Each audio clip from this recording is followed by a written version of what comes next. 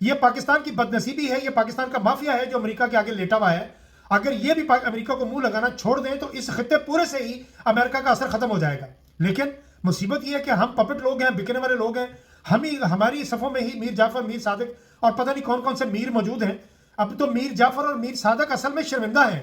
وہ اپنی قبروں میں پڑے سوچ رہے ہیں کہ یار ہم تو خواہ خواہ بدنام ہیں، ہم نے تو ایک ایک بندہ مروایا تھا، انہوں نے تو درجنوں بندے مروا دیے ہیں، اور یہ ہر دوسرے تیسرے سال یہ پاکستان کو نقصان پہنچاتے ہیں، اس کی معیشت کا بیڑا غرق کرتے ہیں، لوٹ کے جاتے ہیں. تو ہمیں تو معاف کر دو کم از کم.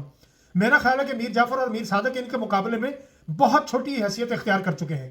پاکستان کے میر جعفر اور میر صادق جو ہیں وہ بہت بڑے ہیں. ایسے لوگوں کا اگر کلا کما نہ کیا گیا تو یہ لوگ پاکستان کی بربادی کا سبب بنیں گے. یہ محسن نقوی نے جو اپنی سی وی تیار کی ہے اور اس میں اس نے بتایا ہے کہ دیکھیں میں ہر چیز کر سکتا ہوں، اسی کو ٹاسک دیا گیا ہے مبینہ طور پر عمران خان کو ختم کرنے کے لیے، اور عمران خان کے لیے اب ایک بار پھر سلو پوائزننگ کی باتیں دوبارہ سے بازگشت کر رہی ہیں کہ اسے بنی گالہ میں شفٹ کیا جائے گا. اس کے بعد سلو پوائزننگ کی جائے گی، اور سلو پوائزننگ کے بعد مہینہ 2 مہینے 3 مہینے بڑی حد 6 مہینے کے بعد عمران خان کو ہارٹ اٹیک ہوگا، اور یہ کہہ دیا جائے گا کہ دیکھیں جی وہ تو اپنے گھر پہ پورا انجوائے کر رہا تھا اور موجود تھا اور اس کو بڑی سہولتیں دی گئی تھی، تو بس یہ تو طبعی موت تھی اور فطری موت تھی، تو عمران خان دنیا سے چلے گئے. استغفر اللہ، اللہ نہ کرے ایسا ہو. ابھی تو عمران خان نے ان کو ناکو چنے چبوانے ہیں انشاءاللہ، لیکن یہ اپنی طرف سے پوری کوشش کر رہے ہیں اس کو ہٹانے کی. بہرحال میں نے پہلے بھی کہا تھا ایک چال جو ہے وہ انسانوں کی ہے اور ایک چال میرے رب کریم کی ہے. آپ دیکھتے ہیں کامیاب کون ہوتا ہے. وقت کے فرعون جو ہے، وقت کے یزید، یہ وقتی طور پر تو کامیاب ہو جاتے ہیں. میں آپ کو ایک بات بتاؤں، محسن نقوی، آپ یہ نقوی سید ہے، آپ اندازہ کیجئے کہ اس کے کسی فعل سے یہ آپ کو سید لگتا ہے. میرا مقصد کسی سید کی دل آزاری کرنا نہیں ہے، اور میں جینون سید جو ہے میں دل و جان سے ان کا احترام کرتا ہوں، میں ان کی عزت کرتا ہوں. میں بات کر رہا ہوں 2 نمبر سید کی. آپ دیکھیے کہ جتنے یہ میراثی طبقہ جتنا ہے، ان کو سب سے قریب اگر کوئی ذات پڑتی ہے تو وہ سید ہے. وہ 4-6 انگوٹھیاں پہن لینا، گلے میں 2-4 مالائیں پہن لینا، اور لوگ شاہ صاحب کہنا شروع کر دیتے ہیں. ایک وقت آتا ہے وہ اپنے آپ کو سید کہلانا شروع کر دیتا ہے. یہ نقوی ہے اور یہ سید ہونے کا دعوے دار ہے. سید اتنا ظالم نہیں ہوتا، سید اس طرح کا درندہ نہیں ہوتا.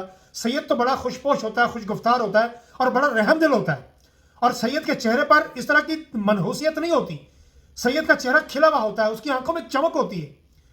لیکن یہ کس طرح کے سید ہیں جن کے چہروں پہ نہ رونق ہے، نہ ان کی باتوں میں کوئی اثر ہے، اور نہ ہی ان کے دل میں کوئی اپنی عوام کے لیے رحم ہے. میں نہیں مانتا کہ یہ لوگ نقوی ہیں یا سید ہیں. آئی ایم سوری، مجھے بالکل یقین نہیں ہے. آپ ان کا شجرہ نوٹ کر لیجئے، آپ ان کا شجرہ نکال لیجئے.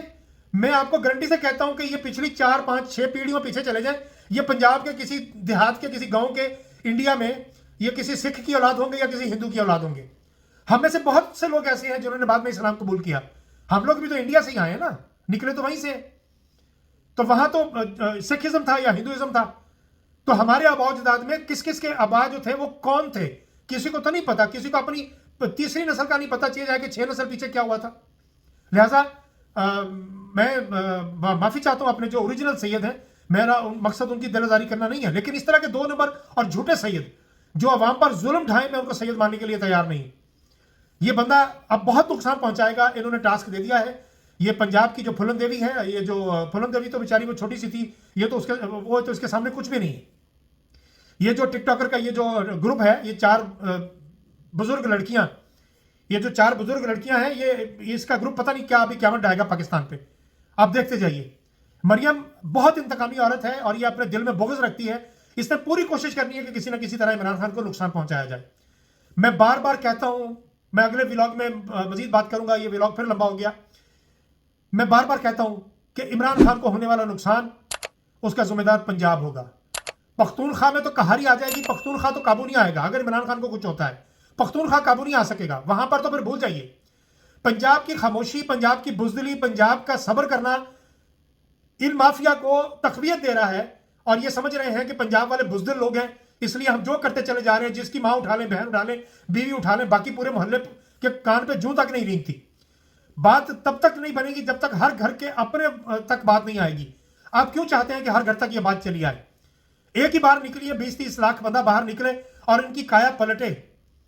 اور میں بتاؤں گا کہ پولیس والے جو ہیں وہ اگلے ایپیسوڈ میں پولیس پہ بات کروں گا کہ یہ جو تحریک انصاف نے مطالبہ کیا کہ پولیس والوں کے اثاثے چیک کیے جائیں، تو یہ غلط نہیں ہے.